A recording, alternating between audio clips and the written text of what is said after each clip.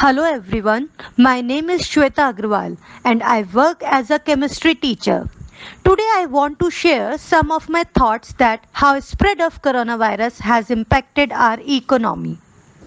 Who would have thought at the eve of New Year 2020 and subsequent that along with other countries around the globe, India too will face the pandemic lockdown. Life has not been easy, fair and fair to anybody living on this earth since the new year 2020 incepted. Incarnated in China and spread globally, COVID 19 made all of us to introspect the real self. Since the advent of humans on earth, they have been combating with each other for power and possession. But the fact is that an invisible contagious virus has put the whole mankind on back foot. All countries took their own measures and precautions to contain the spread of coronavirus. But so far, the figures speak differently. The definitions of normalcy has changed and we all came across a new normal. We have become accustomed to the new normal so far as lifestyle is concerned. But the economic fall for every country is far more behind the normal acceptance levels. Lockdown was necessary. Indeed, it was and still is. But imposing lockdown by authorities and strict compliance by nation are two different phenomena. India, under the veteran leadership of Prime Minister Narendra Modi, could contain the spread of transmissible virus in the initial days. But now, as the year is progressing, the situations are getting increasant. India emerged as the whole leader, as a world leader for being able to contain the contagious spread initially. But after the lockdown partially began to lift, the number of infected cases is spiking like never before. Year 2020 is something which we Indian want to erase off our memory.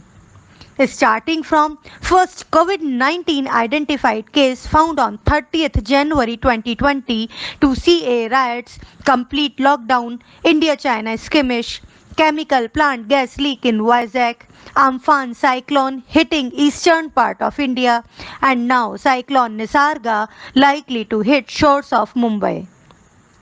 All this happened within the span of just first 5 months of the year 2020.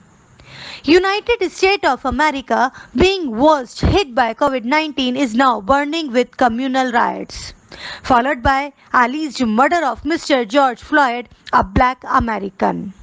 The then Finance Minister of Germany committed suicide, considering the ill impacts of COVID-19 on its economy.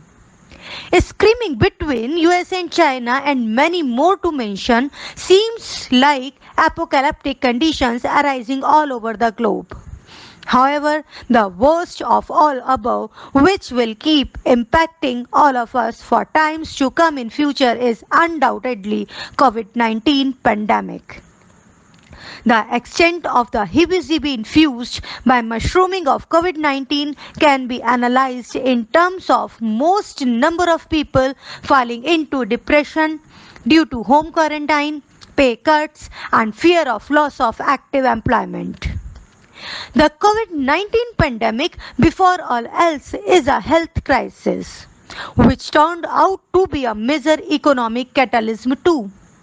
The aftermath of this global inhalation will be known only once it is over. But the biggest concern is that nobody can forecast when it is going to be over. Authorities around the globe have started convincing its masses that we have to learn to live with this now. But can one even feel secure under such precarious and unpredictable conditions? Businesses don't know when they will start earning enough. Industries can't produce due to lack of labor force and finances. People at large are bound to scrimp their savings for unpredictable future. God knows when their employers will stop releasing the salaries. A penny saved is a penny earned. World has witnessed many recessions, but the current pandemic coupled with health and economic slump has made us believe that the recent global recession of 2008 was a mere mock drill for today's economic catastrophe. Can lifting of lockdown either fully or partially revitalize the economy really? The government justification behind the lifting of lockdown is an effort toward the resurrection of drowning economy. According to a survey conducted jointly by FICCI and through advisors during early May 2020, COVID-19 has a deep impact on the Indian economy as the businesses are grappling with tremendous uncertainty about the future.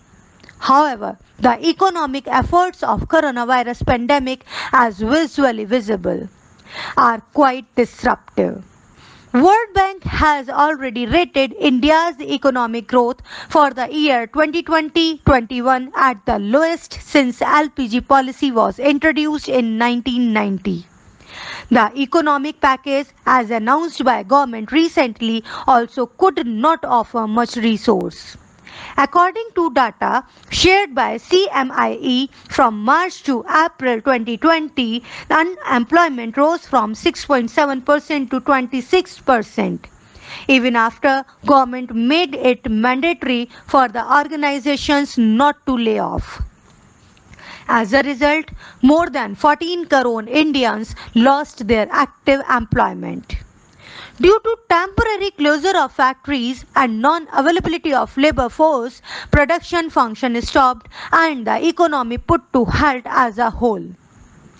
Small businesses and new startups were severely hit due to fall in funding. Almost every business has trimmed their operations as compared to previous normalcy. Clock and trigger about the future made the situations even more worse.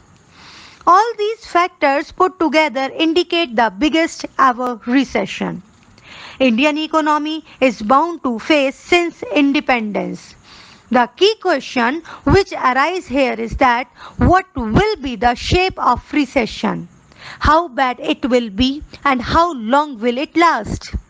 As per a recent economic survey conducted by Moody's Analytics, the current quarantine recession may not even be cured with the efforts of governments. And once this economic tsunami is over, even the governments will not be left financially empowered and most of their financial resources will be deprived. After all, coronavirus is an invisible nemesis.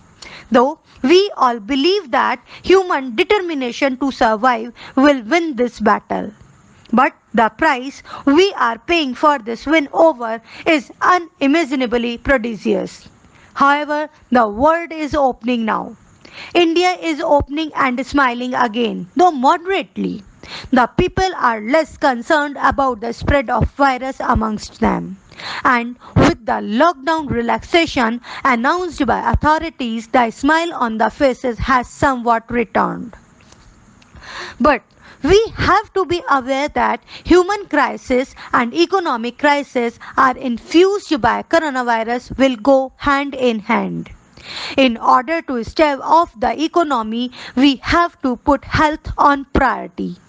Had lockdown not been imposed during late March 2020, the pandemic condition would have been worse seeing the population density of India. We all need to understand this during the movement of crisis. Everybody has a crucial role to play and be able to gladly sacrifice for the survival of economy. This is an extraordinary moment and it calls on all of us to support each other with great care and compassion. Thank you.